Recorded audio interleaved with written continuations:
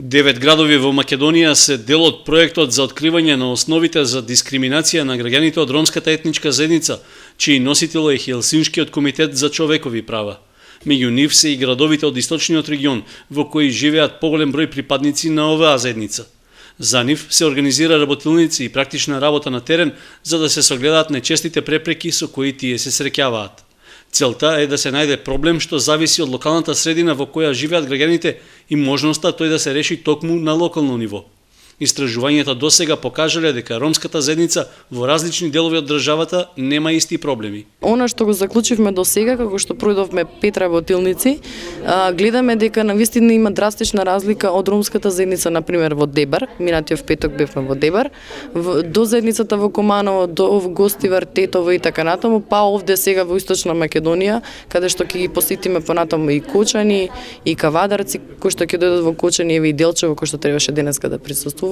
Навистина драстична разлика во однос на позицијата на ромската заедница, а најразлична пак од сите е во Скопје.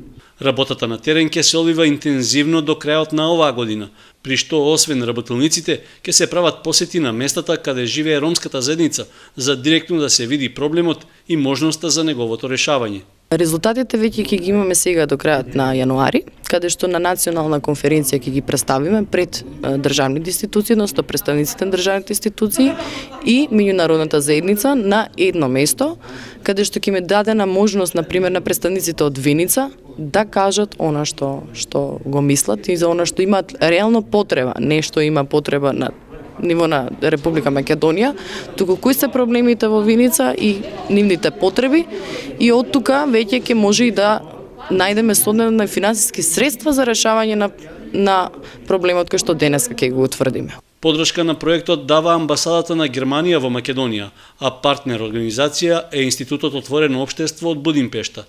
Слична работилница се планира да се организира идниот четврток, на која ќе се разгледуваат најчестите примери на дискриминација на ромската заедница во Кочани.